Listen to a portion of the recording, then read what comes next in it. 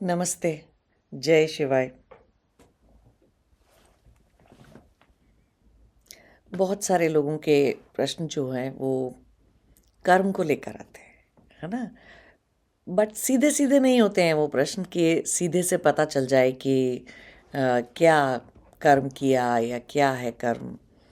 और सीधा उनका एक सीधा कहना या मानना ये होता है कि मेरे साथ ऐसा क्यों हुआ, है ना? और कर्म को लेकर उतनी जितनी समझ होनी चाहिए लोगों में वो नहीं होती है ना? बहुत सारे प्रश्न ही इसलिए। और वो सिर्फ प्रश्न की बात नहीं है, बहुत सारे दुख का कारण भी वही है कि क्योंकि कर्म की गति नहीं समझते, है ना? कर्म नहीं समझते, तो वो सब कुछ कहीं ना कहीं बहुत गहरा दुख का कारण भी हो जाता है। तो एक ये सीरीज़ हम लोगों ने बनाई है जिसका नाम रखा है कर्मों का माया जाल, जिससे कि आपको समझ आए कि कर्म क्या है, क्यों चलते हैं, मेरे साथ ही ऐसा क्यों होता है, मुझे ही बुरे लोग क्यों मिलते हैं, या लोग मेरे साथ ऐसा क्यों करते हैं, या जीवन में मेरे साथ ऐसा क्या क्या हुआ, क्यों हुआ। वो सारे प्रश्नों को लेकर हम बात करेंगे। तो कर्म को और मैं ऐसा नहीं कि सिर्फ कर्म के ऊपर बात करूँगी या कर्म आपको समझाऊंगी। मैं उसके छोटे छोटे तरीके से आपको बताऊंगी कि उस चीज़ का निवारण क्या है, उस समस्या का, है ना? उस प्रॉब्लम को आप ठीक कैसे कर सकते हो और जूझ कैसे सकते हो, है ना? प्रारब्ध की गति, प्रारब्ध की दिशा बदली कैसे जा सकती है ना? तो इस तरह की बातें भी हम करेंगे, छोटे छोटे निवारण बीच बीच में मैं आपको बताऊंगी कि कैसे करने होते हैं, कैसे ठीक किया जाता है चीज़ों को। और एक जो इम्पॉर्टेंट काम हम करेंगे, ठीक है, ये पूरे वीडियो सीरीज़ में, वो है होमवर्क। आपको होमवर्क मिलेगा, ठीक है? और वो बहुत अच्छा जीवन से जुड़ा हुआ चीज़ों का होमवर्क होगा वो। ऐसा नहीं कि आपको पेन पेपर लेके कोई एग्ज़ाम देना है या कोई असाइनमेंट करना है, ऐसा नहीं है। तो वो पेन पेपर वाला असाइनमेंट नहीं होगा। वो होगा असाइनमेंट जो आपको जीवन जीना सिखाएगा, है ना? जो आपको सही निर्णय लेना सिखाएगा, जो आपको ये बताएगा कि अच्छा ऐसे एक सिचुएशन होती है तो मुझे तैयार कैसे करना है अपने आप को, है ना? मुझे अपने आप को पहले से ठीक कैसे रखना है। तो ऐसे करके होमवर्क मिलेगा। तो हर फ्राइडे हम आपके ये हिंदी चैनल के ऊपर हम ये एक वीडियो रिलीज़ करेंगे। तो आप इतना आपका होमवर्क ऐसा रहेगा कि आप अगला फ्राइडे दूसरा वीडियो देखने तक दोबारा आपको होमवर्क मिले, उससे पहले आपको होमवर्क कर लेना है, ठीक है? तो आपके पास 6-7 दिन रहेंगे अपना कि आप वो होमवर्क निपटा लो पिछला वाला। देखिए जो लोग होमवर्क नहीं करेंगे, है ना? तो ऐसा तो नहीं कि उनके कोई नंबर कट जाएँगे या उनको कोई चैनल में आगे वीडियो देखने को नहीं मिलेंगे, ऐसा कोई पनिशमेंट नहीं मिल रहा है। लेकिन अगर आप नहीं करेंगे तो अगली बात आपको समझ में नहीं आएगी, क्योंकि आप होमवर्क करके तो आए नहीं। होमवर्क का पूरा पर्पस होता ही क्या है? आप स्कूल में पढ़ते हैं, कॉलेज में पढ़ते हैं, कहीं भी पढ़ते हैं, तो होमवर्क का पर्पस क्या होता है कि आप अगले वाले बात को समझने के लिए, है ना? अगला सेशन, अगले चैप्टर समझने के लिए अपने कोर्स के, आपको पता है पहला वाला सेक्शन कि आपने बहुत अच्छे से नींव बना ली, तो जिसके ऊपर एक दूसरा चैप्टर खड़ा होगा, फिर उसके ऊपर एक और चैप्टर। तो ज्ञान भी ऐसे ही चलता है ना? ज्ञान की लेयर परत दर परत ही चढ़ाते हैं आप ज्ञान की। अब आपकी नीचे से फाउंडेशन ही वीक है, तो क्या चढ़ाएंगे ऊपर, है ना? कमज़ोर फाउंडेशन के ऊपर, कमज़ोर सी नींव के ऊपर कोई 3-4 मंजिल घर बनाता है क्या? गिर जाएगा नीचे। और फिर कोई उसके ऊपर 30-40 मंजिल की कोई बिल्डिंग खड़ी करता है क्या? नहीं करता, गिर जाएगी, है ना? घर कर ही नहीं सकते हैं एक्चुअली। तो हर मंजिल का बहुत मजबूत होना बहुत ज़रूरी है, सिर्फ नींव का नहीं। हर मंजिल का, जो भी स्टोरी उस बिल्डिंग में आप खड़ी कर रहे हैं, जो भी मंजिल आप क्रिएट कर रहे हैं, उसका मजबूत होना बहुत ज़रूरी है, जिससे कि अगली वाली उसके ऊपर खड़ी की जा सके, ठीक है? तो इसीलिए जो भी होमवर्क असाइनमेंट मैं आपको दूंगी हर वीडियो के अंदर, वो आपको पूरा करना बहुत ज़रूरी है। चलिए तो अब हम शुरू करते हैं प्रारब्ध को लेकर। प्रारब्ध को लेकर मैं ना कुछ क्वेश्चन बताती हूँ पहले कि, और ये बताती हूँ कि मैंने क्यों बोला कि प्रारब्ध, है ना? तो मेरे पास जो बहुत सारे लोग आते हैं या और भी कहीं जाते हैं, और भी किसी गुरु के पास जाते हैं, कहीं पर भी जाते हैं, उनके क्वेश्चन ज़्यादातर किस तरह के रहते हैं? ये मुझे ऐसे लोग क्यों मिले, या मुझे ऐसे माता पिता क्यों मिले, या मेरी माँ को ये कष्ट क्यों मिला, मेरे पिता को ये कष्ट क्यों मिला, मेरी दादी नानी की ऐसी मृत्यु क्यों हुई इतनी खतरनाक, या मेरे माता पिता की एक्सीडेंट में मृत्यु क्यों हुई, या मैं अनाथ क्यों हुआ, या मुझे कोई मेरे बड़ों ने पाला, दूसरे लोगों ने जो मुझे पाला घर परिवार के, तो ऐसा क्यों हुआ, या मैं अनाथाश्रम में क्यों पला, या फिर मैं जो है इसमें मुझे ऐसे ख़राब लोग क्यों मिले, मेरे सारे टीचर्स बहुत बुरे थे बचपन में, मेरी बहुत पिटाई हुई, मैं स्कूल में बहुत बुली हुआ या हुई। और फिर वो क्वेश्चन बहुत सीरियस भी हो जाते हैं, बहुत सीरियस प्रश्न हो जाते हैं जो कि सेक्सुअल अब्यूज़ से रिलेटेड है ना, कि आपका जो है यौन शोषण हुआ या सेक्सुअल अब्यूज़ हुआ बचपन में, और बच्चे थे तो कुछ कर नहीं सकते थे, बच्चे हो थे तो उसका बात का कोई रिटालिएशन तो है नहीं, कोई मारपीट तो नहीं कर सकते, है ना, जाके कोई और नहीं कर सकते हैं, तो सफ़र किया, बहुत दुख झेला उस चीज़ से, है ना। और फिर और बड़े होने पर हुआ, फिर कहीं रेप हुआ, तो बहुत ख़तरनाक, बहुत सीरियस। कुछ लोगों का बहुत यंग एज में एक्सीडेंट हो गया, और वो एक्सीडेंट भी ऐसा जिसमें कि उनका कोई बॉडी का पार्ट बेकार हो गया, काम करना बंद कर दिया, या कट गया बॉडी पार्ट, तो ऐसी वाली सारी समस्याएं। और फिर हम बात करते हैं कि कोई बीमारी लेकर पैदा होना, ऐसी सीरियस बीमारी का या तो बचपन में हो जाना, जब आप 7-8 साल की उम्र के हों, 6 साल की उम्र के हों, तो आपको कोई ऐसी बीमारी लग गई जो अब जीवन भर के लिए, जिस बीमारी ने आपके शरीर को धीरे धीरे धीरे धीरे धीरे बीमार करना शुरू किया। 5-6 साल की उम्र में लग गई, 10 साल की उम्र में लग गई, 14-15 की में लग गई, कभी भी लग गई, वो बीमारी आपको एक बचपन के पीरियड में लग गई। ठीक, हम बचपन या ऐसे यंग एज बोल देते हैं, 16-18 साल की उम्र तक बोल देते हैं उसको, कि हाँ ठीक है, वो आपका माता पिता के संरक्षण में गुजरा हुआ समय था। तो जो भी आपके कर्म हैं या जैसा भी आपका प्रारब्ध है, वो आप ज़्यादातर माँ बाप के उसमें गुजरा आपका, है ना, माँ बाप थे आपके लिए। जब आप बड़े हो जाते हैं, 30-40 साल के हो जाते हैं, तो वो चीज़ें आप खुद ही झेल रहे होते हैं, उसके 100% रिपरकशंस आप खुद झेलते हैं, माँ बाप नहीं होते हैं आपके सर पे, या कोई और नहीं झेलता है, कोई आपने जितने साधन अपने आप जुटा लिए उससे ही निकलेगा आपका। तो इस तरह के सारे प्रश्न हैं, दुख का कारण, अज्ञान का कारण। जब अब देखिए, जब ये सारे प्रश्न लेकर कोई मेरे पास आ रहा है, या किसी भी आप किसी अच्छे एस्ट्रोलॉजर या ज्योतिष के पास भी जा रहे हैं, कहीं पर भी जा रहे हैं आप, है ना, ये सारे प्रश्न आपके अंदर आ रहे हैं। अब आपको बहुत दुख भी आ रहा है इस बात से कि आपको, जब आप बचपन से रिलेटेड कुछ ऐसी चीज़ों के प्रश्न पूछते हैं, तो आप क्या कह रहे हैं, आपका दुख इस बात से ज़्यादा आ रहा है एक्चुअली, मैंने तो एक चींटी भी नहीं मारी, मैंने तो किसी को कभी कोई दुख नहीं पहुंचाया इस जन्म में, मैं तो अच्छा बच्चा हूं, मैं अच्छा बच्चा था हमेशा से, मैं तो अच्छी बच्ची थी हमेशा से, सीधी, संस्कारी, माँ बाप की सुनने वाली, सबकी सुनने वाली, सबकी सेवा करने वाली, है ना, जिसने जो कहा सुन लिया, कोई ऐसा इतनी बड़ी डिमांड नहीं, हर तरह से कॉम्प्रोमाइज़ कर लिया, एडजस्ट कर लिया। हम तो ऐसे बच्चे थे बचपन में, फिर भी हमारे साथ ये इतना बुरा क्यों हुआ, क्या गलती है हमारी?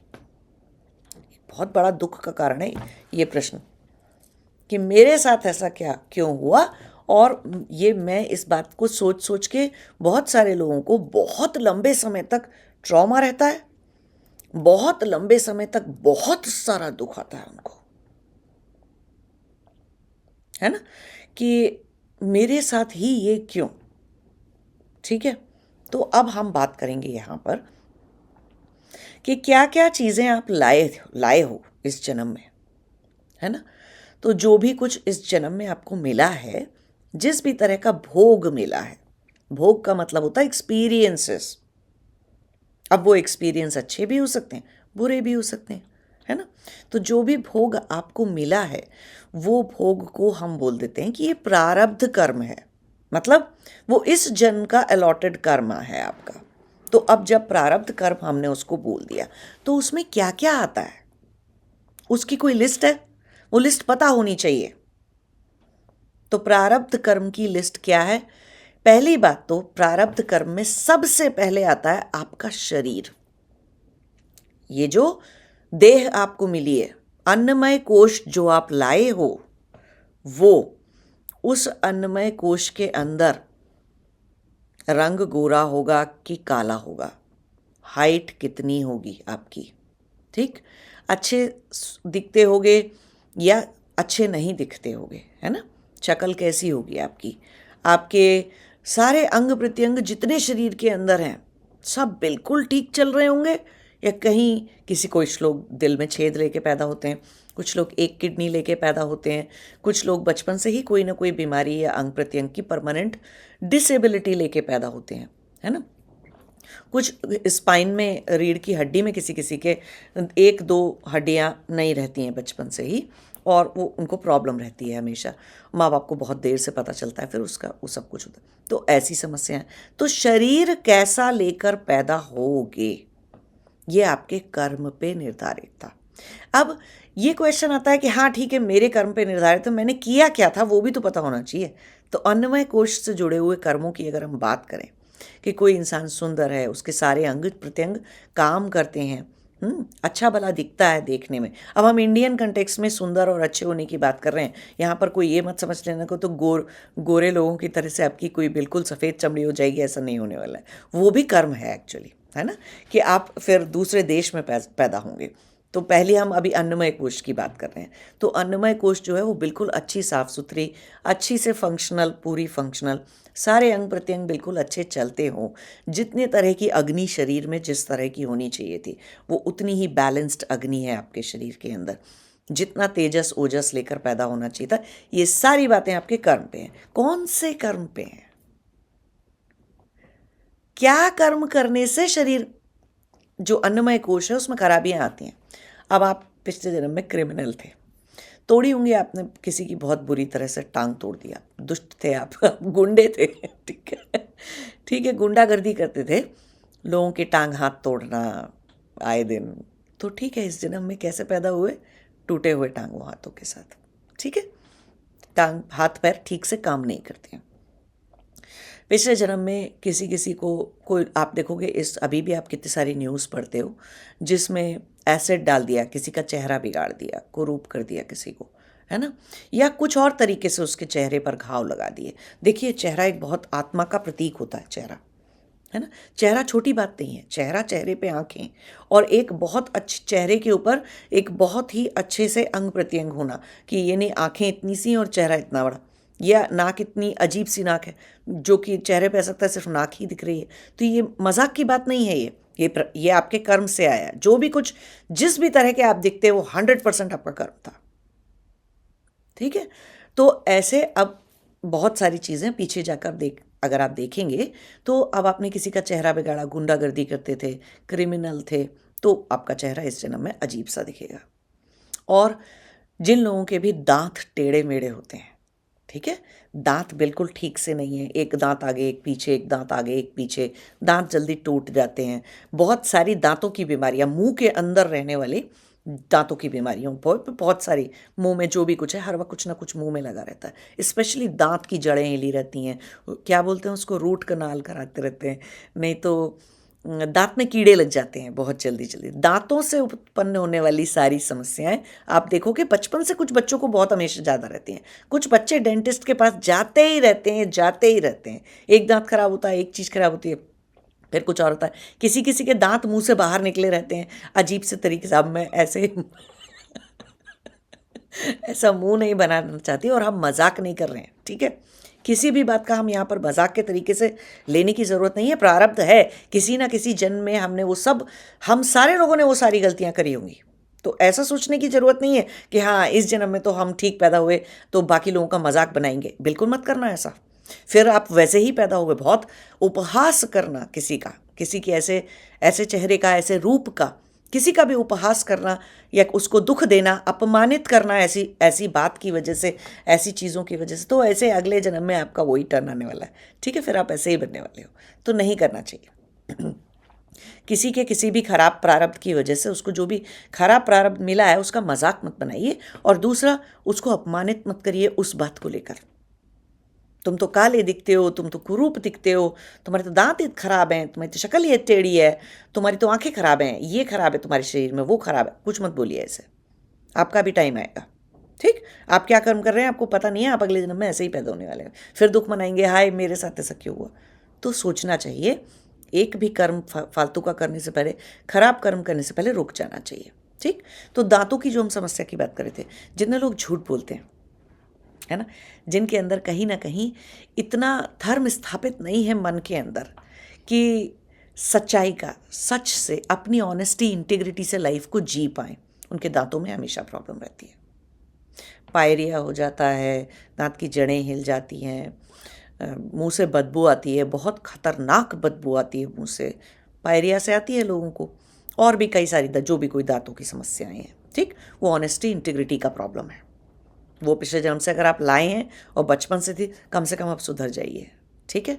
सच धारण करने से दांत बिल्कुल ठीक रहते हैं, सत्य का धारण करने से, अपने ऑनेस्टी इंटीग्रिटी से जीवन में जीने से दांतों की समस्याएं नहीं होती। दांत की समस्या अगर तत्व के तरीकों से देखें तो दांत या हड्डियों में जो भी खराबियां हैं आपके अंदर, वो आकाश तत्व की खराबी है। उसका ठीक होना इस जन्म में पॉसिबल नहीं है, बहुत कम पॉसिबल है। दांत फिर भी ठीक किए जा सकते हैं, हड्डियों में कुछ गया तो गया। 2 स्पाइन ही लेके पैदा नहीं हुए, स्पाइन की 2 हड्डियां ही लेके पैदा नहीं हुए, तो क्या करेंगे अभी, कहाँ से लाएंगे वो हड्डियां? रॉड लगाएंगे ना, डॉक्टर जो है प्लेट लगाएगा, रॉड लगाएगा।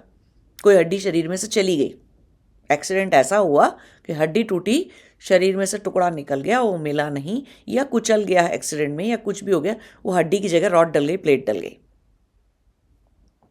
हड्डी तक चली जाए कोई बात शरीर के अंदर, तो वो आपकी ऑनेस्टी इंटीग्रिटी से जुड़ी थी, वो नींव थी शरीर की। हड्डी, आपका जो कंकाल तंत्र है वो नींव था शरीर की।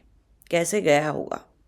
आपने ऐसा रख के जीवन में झूठ बोला था पिछले, और इसकी टोपी उसके सर, उसकी टोपी उसके सर, और सिर्फ झूठ बोलते रहना हर बात पे, अपना ईमान बेच देना। बिल्कुल कहते ना, ज़मीर बेच दिया, ईमान बेच दिया अपना। तो वो क्या, आपका ज़मीर, आपका ईमान अंदर से वो क्या था? आत्मा का धर्म था। तो आपने फाउंडेशन हिला ली। फाउंडेशन क्या थी? नींव क्या थी? शरीर की कंकाल तंत्र आपका, वो हिला लिया। हड्डियों की समस्याएं, तो इस जन्म में कैसे पैदा हुए? हड्डियों की समस्या लेके पैदा हुए, ठीक है। तो ऐसे एक एक कर्म, हम एक एक चीज़ नहीं डिस्कस करेंगे, लेकिन मैं आपको बता रही हूँ कि प्रारब्ध से शरीर मिलता है। शरीर के अंदर हड्डियाँ कैसी होंगी, रंग रूप कैसा होगा, त्वचा कैसी होगी। कुछ लोगों की त्वचा बहुत ही खुरदुरी और देखने में अच्छी नहीं दिखती है, कुछ लोग बहुत साफ सुथरे चिकने से दिखते हैं, ठीक से दिखते हैं, है ना। त्वचा में एक कांति होती है, तो वो कांति वाली शक्ल लेकर ही पैदा होंगे या कांति रहेगी, वो सब भी आपके तेजस, आपके ओजस पे डिपेंड करता है। तो तेजस ओजस पे डिपेंड करता है, तो इसका मतलब है कर्म संस्कार पे डिपेंड करता है, कैसे लेकर पैदा हुए, है ना। कुछ लोगों की हमेशा कांति रहती है चेहरे पर, आंखों में कांति रहती है ना। कुछ लोगों की मुस्कान में कांति होती है कि हंसते हैं तो लगता है हाँ दिल से हंस रहे हैं, आंखों तक हंसे जा रहे होते हैं, है ना, मुस्कुरा रहे होते हैं। तो ऐसे सारा रंग रूप जो है आपका, वो आपके प्रारब्ध से है। तो अब और दूसरी क्या चीज है प्रारब्ध से? प्रारब्ध से प्राणमय कोश भी है ना। जो भी कर्म आपने किए थे उसके अनुसार ही आपकी प्राणमय कोश बनी है। कैसे, किस कुछ, कैसी कैसी प्राणमय कोश होती है, सोचिए अभी।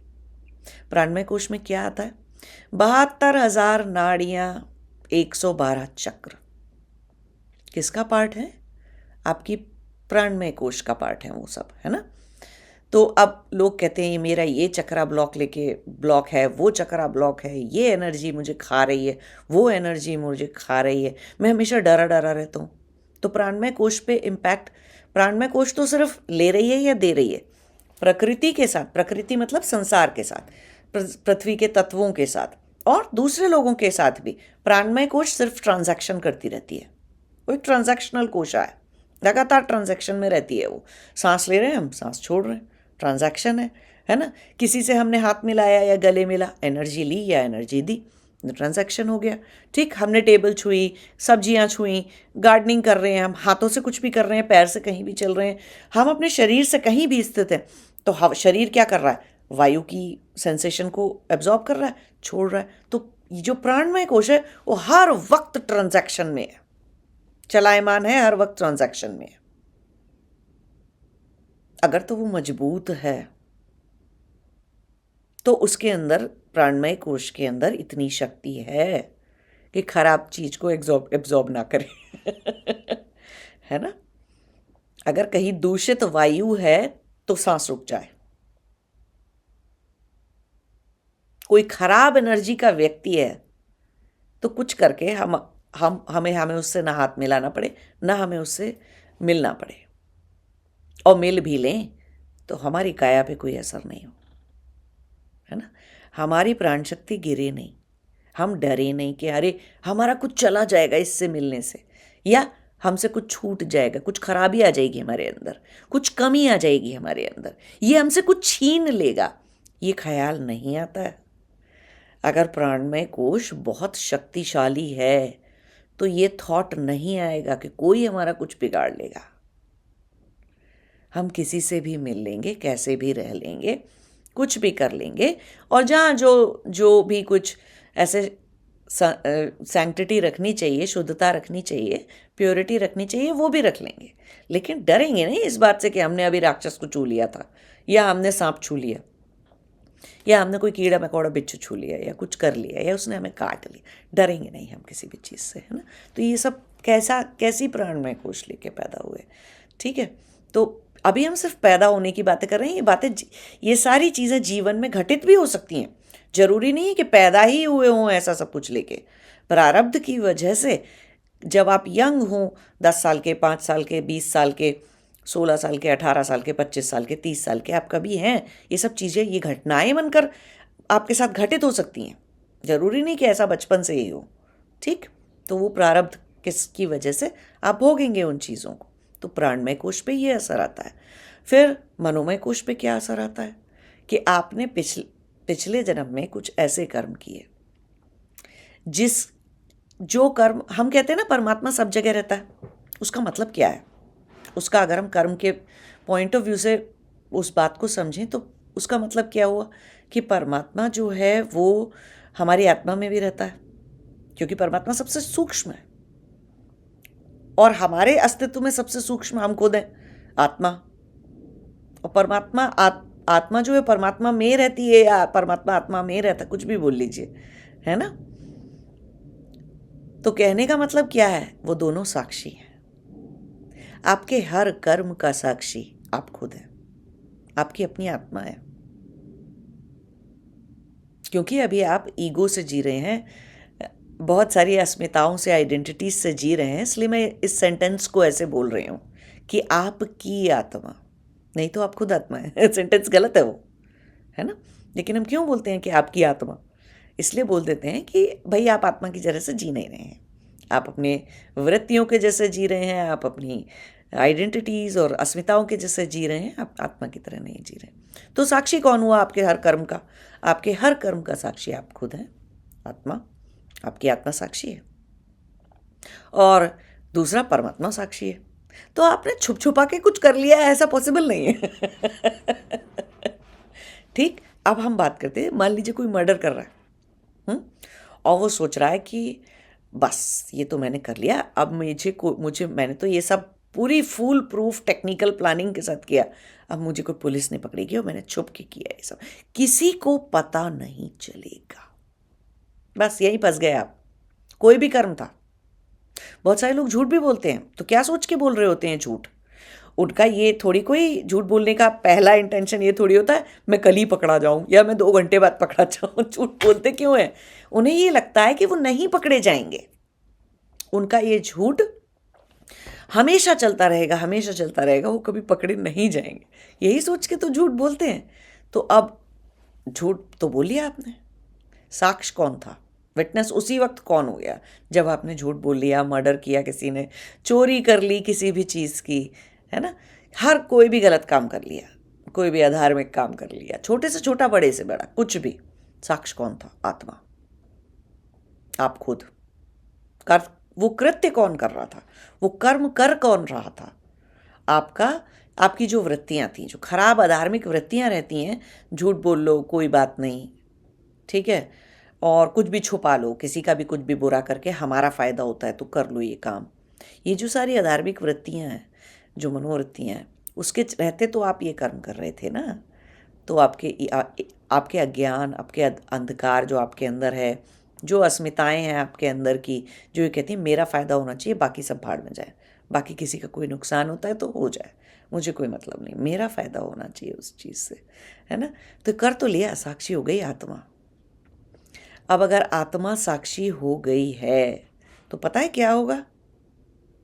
ईगो डरेगा। आपके अंदर का जो अभिमान है, जो अहंकार है, वो आज नहीं तो कल डरेगा। क्यों? कहीं ना कहीं उसको उसको पता है, एक तरह से आपको पता है कि आपने देख लिया और ये गलत था। इस बात का ज्ञान होना कि मैं गलत हूँ, मैंने गलत किया है, चाहे भले ही आज आप उसको नकार लें, फ़ायदे के रहते आप उस चीज़ को कर ही लें कि चलो मेरा आज तो फ़ायदा है, कल देखेंगे कल की, है ना, कर ही लें। अंदर से तो जानते ही हैं कि गलत किया, अंदर से तो जानते हैं आत्मा से कि झूठ बोला। तो अब क्या होगा? अगले ये पूरा जीवन सपोज किसी ने ऐसे ही निकाल दिया ये सब करते करते, तो अगले जन्म में क्या होगा? वो व्यक्ति बहुत सारे भय लेकर पैदा होगा। झूठ बोला था ना पिछले जन्म में, किस चीज़ के लिए? पैसे के लिए।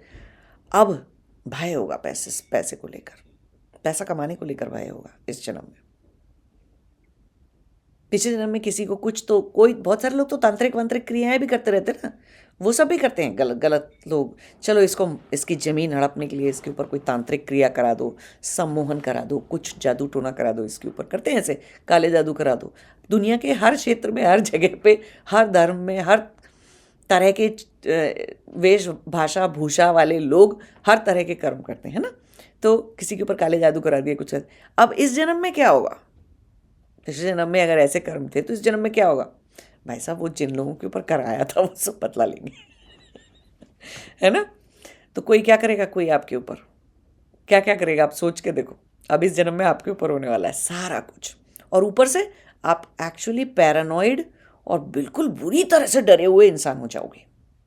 भय का कारण जीवन में जो आखिरी, अगर आपने वो पतंजलि वाले जो वीडियोस हैं, वीडियो सीरीज़ है जिसमें हम पतंजलि के साथ चित्तवृत्तियों की जो हम बात करते हैं, वो वीडियोस अगर आपने देखें तो आपको पता है कि सबसे बिगड़ा हुआ स्वरूप सारी वृत्तियों का क्या है? अभिनिवेश, भय। पता है, भय उससे नहीं आता कि किसी ने आपको डुबा के मार दिया, या किसी ने आपके साथ बुरा कर दिया, या 4-6 भूत आप पे चिपक गए थे, इससे आप डर जाओ। आत्मा डरती नहीं है, निडर है आत्मा। आत्मा का गुण है वो निडर, निडर होना, भय, भयभीत, बिल्कुल अभय, अभय होना, तो आत्मा का गुण है एक। तो फिर आप डरते क्यों हैं? कुछ लोग डरे डरे से क्यों रहते हैं? हर चीज़ से डरते हैं, हर डिसीजन से लगते हैं। ऐसा लगता है भय लेकर ही पैदा ही हुए इनके अंदर, तो इनके तो डीएनए में ही भय है। तो ऐसे लोग जो हैं हर छोटी छोटी बात से डरेंगे, बड़ी बात से भी डरेंगे, कुछ से भी डरेंगे। तब भय लेके आए कहाँ से हैं? खराब कर्म करना। आत्मा एक ही चीज़ से डरती है, भय एक ही चीज़ से इंसान के अंदर घर करके पैदा होकर रहता ही है। कुछ बच्चे अंधेरे से डरते हैं, कुछ बच्चे दूसरों से भिड़ने से डरते हैं, कुछ बच्चे कन्फ्रंटेशन से डरते हैं, कुछ फिर वो ऐसे ही बड़े होते चले जाते हैं, किसी भी चीज़ से, हर चीज़ से डरते ही रहते हैं, दबते ही रहते हैं, डरते ही रहते हैं। क्यों? क्या किया था पिछले जन्म में जो भय इतना इकट्ठा हो गया? कर्म खराब थे, आत्मा को साक्ष्य बनाया। अब ईगो डर रहा है, अब सारी अस्मिताएं डर रही हैं।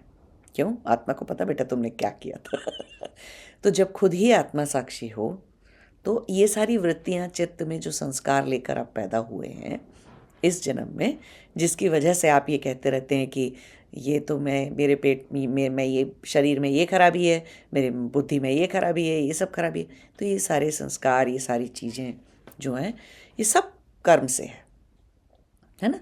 अब चलिए हो गए पैदा, अब लेके जो जो भी सामान मिला कर्म के अनुसार जैसा शरीर मिला, जैसे, तो सबसे पहली चीज़ हो गई शरीर, है ना। शरीर की पूरी 5 कोशाएं, मनोमय कोश तक, बुद्धि भी, कुछ लोग बहुत तेज कुशाग्र बुद्धि लेके पैदा होते हैं, है ना, आइंस्टाइन जैसी बुद्धि लेके पैदा होते हैं, या हमारे कोई भी गणितज्ञ उठा लो, कोई भी हमारे वैज्ञानिक उठा लो, ऋषि मुनि उठा लो, ऐसी अच्छी सी बुद्धि लेके। तो अब ऐसा नहीं कि वो बुद्धि उनको किसी ने गिफ्ट कर दी, सुंदर शरीर किसी ने मुफ्त में उन्हें गिफ्ट कर दिया है, या अच्छी प्राणमय कोश किसी को गिफ्ट हो गई है, या अच्छा चित्त किसी को गिफ्ट हो गया। नहीं भाई, उन्होंने अपने कर्म से तपा तपा के अपने को सुधार सुधार के अपने आप को वहाँ तक लाया है, आपको भी वही करना है, ठीक है। तो अब जो है अच्छी बुद्धि वाले लोग हैं तो सही निर्णय ले लेते हैं, सही से पढ़ जाते हैं। फिर अच्छे कर्म इस बात पे भी, प्रारब्ध इस बात पे भी होता है कि घर परिवार कैसा था, शरीर तो हो गया चलो ठीक, कर्म बुद्धि संस्कार। शरीर में 36 तत्व का शरीर है, 36 आपके कर्म थे, 36 चीज़ें आपको आपके कर्म के अनुसार मिली हैं। ठीक, तो कोई क्वेश्चन नहीं है किसी के ऊपर कि ये मेरे को भगवान ने मेरे साथ ही मेरी टांग टेढ़ी पे करके क्यों पैदा किया, मुझको ही विकलांग क्यों पैदा किया, या मेरे को आंखों में ठीक से रोशनी क्यों नहीं दी। कुछ बच्चे बहुत कम रोशनी लेके आंखों में पैदा होते हैं, या मुझे ऐसी ऐसी इतना कष्ट, शारीरिक कष्ट देने वाली बीमारी क्यों दे दी भगवान ने मुझे। ठीक, वो भी बचपन में। बचपन मतलब 0 से लेके आपके जो जब आप पैदा हुए 1 साल की उम्र से लेके 1 महीने और 1 दिन की उम्र से लेके आपके 20-21 साल की जो भी आयु थी तब तक, तो वो बचपन हम मान रहे हैं, उसको बचपन कह दे रहे हैं। ठीक है, कर्म का प्रवाह बहुत तेज होता है उस समय में, और वो भोग भोग का टाइम है, कुछ कर भी नहीं सकते। इसे शरीर से होने वाली सारी चीज़ें ज़्यादातर बचपन में होती हैं आपके, क्योंकि आपका बस नहीं चलेगा, नहीं तो आप कर्म पलट लोगे ना, वो भोगोगे नहीं, आप सामने वाले को मार दोगे। बच्चे हो तो भोग जाओगे बहुत सारी चीज़ों को, तो ऐसे बचपन हो गया। लेकिन इसका ये मतलब नहीं है कि कुछ लोग नया कर्मा नहीं मना रहे। हर बच्चे के साथ होने वाली गलत चीज़ का ये आंसर नहीं है कि वो बच्चे के कर्म थे इसलिए उसके साथ ऐसा हो गया, तो फिर तो हर रेप, हर चाइल्ड अब्यूज़, हर रेप जस्टिफाइड है ना, वो गलत बात है बिल्कुल। तो ये बात ब्लैंकेट स्टेटमेंट की तरह से नहीं लेनी है, हर इंसान पे लागू नहीं कर देनी है। ठीक है, किसी की बहुत अच्छी जन्मपत्री देखने वाला कोई होता है तो वो प्रारब्ध का एक बहुत अच्छा सा प्रारब्ध की गणना करते हैं। बहुत अच्छे जो पुराने बहुत बड़े अच्छे संत स्वभाव के जो एस्ट्रोलॉजर होते हैं, वो हमेशा प्रारब्ध का एक चार्ट बनाते हैं। तो प्रारब्ध में तो नहीं लिखा कि बच्चे के साथ ऐसा होना चाहिए था, फिर भी उसको हो गया, तो गलती उसकी थी, तो उसकी भरपाई कैसे करता है परमात्मा, उसको ठीक कर देता है। उस बच्चे को इतनी सहायताएं मिल जाएंगी, इतनी सारी सहायताएं मिल जाएंगी, और इतना सब कुछ हो जाएगा कि वो भूल भी जाए उससे ऐसा हुआ था। हर तरह की उसको वो मिल जाएगी, हर संभव मदद मिल जाएगी उसी वक्त पे। और कर्म के दुष्प्रभाव से जो भी कुछ उसको नुकसान हुआ था उसकी पूर्ति परमात्मा करता है, तो वो सब हो जाएगा। तो एक तो शरीर मिला, शरीर मन बुद्धि पूरे 36 तत्व प्रारब्ध के हिसाब से मिले। दूसरा क्या मिला प्रारब्ध के हिसाब से? परिवार। जितने भी खून के रिश्ते नाते होते हैं, माता पिता, भाई बहन, चाचा चाची, मौसी, दादी, नानी, सब आपको प्रारब्ध की वजह से मिले, सब आपके कर्म हैं। और उन लोगों को जो दुख मिल रहे हैं वो उनके कर्म हैं। जब आप ये पूछते हो ना मेरी माँ के साथ ऐसा क्यों हुआ, या मेरे पिताजी के साथ ऐसा क्यों हुआ, मेरी नानी दादी के साथ या नाना दादा के साथ ऐसा क्यों हुआ, मेरी मौसी ने आत्महत्या क्यों कर ली, है ना, मेरी चाची ने इसका खून क्यों कर दिया, या मेरी चाची क्रिमिनल क्यों हो गई, या मेरे जो ताऊ जी थे उन्होंने वो ऐसे क्यों हैं, वो क्रिमिनल क्यों हो गए, उन्होंने ऐसा क्या क्यों किया, वो सब उनके कर्म है, वो भुगतेंगे। इवन आपके माता पिता भी भुगतेंगे, वो उनके भी कर्म है ना। तो आप इतने महान नहीं कि आपके कर्मों की सजा उन्हें मिल जाए, उनके कर्मों की सजा आपको मिल जाए, ऐसा कुछ नहीं होता। किसी के कर्मों का भोग कोई नहीं ले सकता, कोई भी किसी के कर्मों का भोग नहीं ले सकता। आपके कर्म हैं, आपको ही भुगतने हैं। प्रकृति का नियम है, परमात्मा का नियम है ये, ठीक, कोई और नहीं भुगतेगा आपके बिहाफ पे। तो ये जो लोग कहते रहते हैं ना मैंने इसके कर्म ले लिए शायद इसलिए मैं भुगत रहा हूँ या मैं भुगत रही हूँ, उसने मेरे ले लिए इसलिए शायद वो भुगत रहा है, ये क्या बेकार का नाटक है ये कोई एक्सचेंज ऑफर चल रहा है क्या? भगवान जी ने कोई एक्सचेंज ऑफर लगाया है कि तू 4 पुण्य मुझे दे दे, मैं मेरे 5 पाप तू ले ले, मेरे 2 एक्सीडेंट तू ले ले, तेरे 3 वो मैं ले लेता हूँ। क्या ड्रामा है ऐसा कोई भगवान जी ने ऐसा कोई एक्सचेंज ऑफर, कोई डील नहीं चला रखी है। आपका कर्म आप भुगतेंगे, आपकी नानी दादी मौसी मामी चाची चाचा ताऊ जी सब माता पिता सब अपने कर्म भुगतेंगे, आपके भाई बहन और आपके साथ कर्म करने वाले और लोग कौन हैं? जो आपके साथ कार्मिक बंधन से जुड़े हैं, जो कार्मिकली आपके साथ जुड़े हुए हैं, जो आपने चूज़ किए थे, वो कौन है? और लोग आपके सारे टीचर्स, जो शिक्षक आपको जीवन में ले, उन्होंने स्कूल में पढ़ाया आपको, तब से लेके स्कूल में पढ़ाने लगे, आप कॉलेज कर लिया, आपने PhD कर ली, कुछ भी कर लिया, वो सारे लोग थे आपके कर्म के बंधन से जुड़े हुए। आपके सारे शिक्षक, आपके क्लासमेट्स, आपके दोस्त, वो सब भी कर्म के बंधन के जोड़ होते हैं। स्पेशली जो बहुत लंबे लंबे चलते हैं, कुछ छोटे चलते हैं, कुछ कम चलते हैं, तो कम कम कार्मिक ट्रांजैक्शन था, लेन देन था पूरा करने के लिए, तो थोड़े समय के लिए कोई रिश्ता चलता है। कोई रिश्ता लंबा चलता है तो उसका मतलब बहुत सारा ट्रांजैक्शन था करने के लिए, कार्मिक ट्रांजैक्शन था करने के लिए। तो अब वो अच्छे हैं या बुरे हैं, आपका आपके कर्म में ही है। ठीक है, आपके कर्म के अनुसार आपको मिल रहे हैं। कुछ लोगों को बहुत अच्छे गुरु, बहुत अच्छे शिक्षक मिल जाते हैं, कुछ लोगों को हर टीचर सिर्फ मारता ही रहता है और क्लास से निकालता रहता है ना। वो टीचर को कोई स्पेशल ही चिढ़ होती है उस बच्चे से तो ऐसा भी होता है कई बार। या कुछ लोगों को गलत ही टीचर मिलते रहते हैं। कुछ लोगों के तो बेचारे वो एग्जाम में बहुत अच्छा करके आते हैं, फिर भी उनके रिजल्ट में 0 आ जाता है लिखा हुआ, रिजल्ट गलत हो जाता है ना। तो अजीब अजीब तरह की चीज़ें होती रहती हैं। सब सब कुछ कर्म है ये आपका, है ना। कर्मों का फल है ये जो आप भोग रहे हो। कितने कष्ट पाके क्या चीज़ मिलेगी आपको, ये आपके कर्म का भोग है। कुछ लोग नौकरी ढूंढते रहते हैं, नहीं मिलती, अच्छे हाईली क्वालिफाइड होते हैं। कुछ लोग नौकरी करते हैं और नौकरी में उल्टा सीधा हो जाता है। कुछ लोग बेचारे ज़मीन खरीदते हैं, उनकी ज़मीन कोई हड़प लेता है। वो कुछ लोग घर बनाते हैं, उनका घर टूट जाता है, ढह जाता है, या उस पर कोई कब्जा कर लेता है, या वो छिन जाता है, कोई उसको चोरी से हड़प लेता है उसको, है ना। तो आपने किसका क्या क्या हड़पा था भाई पिछले जन्म में क्या क्या करके आए थे आप, और अब भी क्या कर रहे हो। ठीक, तो बहुत ही दुख का कारण हो जाता है। और सबसे बड़ा दुख का कारण हो जाता है पैसे का ना होना, लक्ष्मी का ना होना। एक कर्म का लक्ष्मी से जुड़ा हुआ एक एपिसोड में अलग से करूँगी, क्योंकि ये बहुत सारे लोगों को नहीं समझ में आता कि उसको ठीक कैसे करना है। तो उसके ऊपर एक पूरा अलग एपिसोड बनाना जरूरी है कि वो अलक्ष्मी को हटा के जीवन में लक्ष्मी को लाना कैसे है, और फिर आ गई है लक्ष्मी माता तो टिकाना कैसे है उनको। उसके ऊपर हम एक पूरा कर्म से जुड़ा हुआ एक अलग वो करेंगे, और बहुत सारे निवारण और उन सब चीज़ों की भी बात करेंगे हम। तो अब ये जो इतने सारे कर्म हो गए और ये सारी परेशानियां हो गई, सब परेशानियां आपने जान ली, सब कुछ, सारे जुड़े हुए लोग, नौकरी, किस तरह से क्या करने से आप पैसा कमाएंगे। कुछ लोग नौकरी से पैसा कमाते हैं, कुछ लोग टीचर बन के पैसा कमाते हैं, कुछ लोग कुछ और करके पैसा कमाते हैं, कुछ लोग शरीर से काम करके पैसा कमाते हैं, कुछ बुद्धि से काम करके पैसा कमाते हैं, कुछ लोग दूसरों के डॉक्टर बन जाते हैं। भैया कितनों के दांत तोड़े थे तुमने पिछले जन्म में, जो इस जन्म में तुम दांतों के डॉक्टर हो, है ना। कर्म है ये। कर्म के अकॉर्डिंग हर कोई ये सोच लेना हाँ डॉक्टर बन के बहुत महान काम कर रहे हैं, तो बेटा पिछले जन्म में करके क्या आए थे कि डॉक्टर बनना पड़ा, है ना। डॉक्टर कोई बनना कोई मतलब बहुत ऐसा थोड़ी कि आप कोई बहुत अगरबत्ती किसी के मुंह में लगा दोगे अगर उसको दांत टूटे या उसको पायरिया है, कितना बदबूदार मुंह, गंदी सांसें, आप क्या क्या झेलोगे डॉक्टर बन के। आप बहुत गंदगी झेलोगे शरीर की सबसे ज़्यादा गंदगी अगर कोई झेलता है तो डॉक्टर है ना।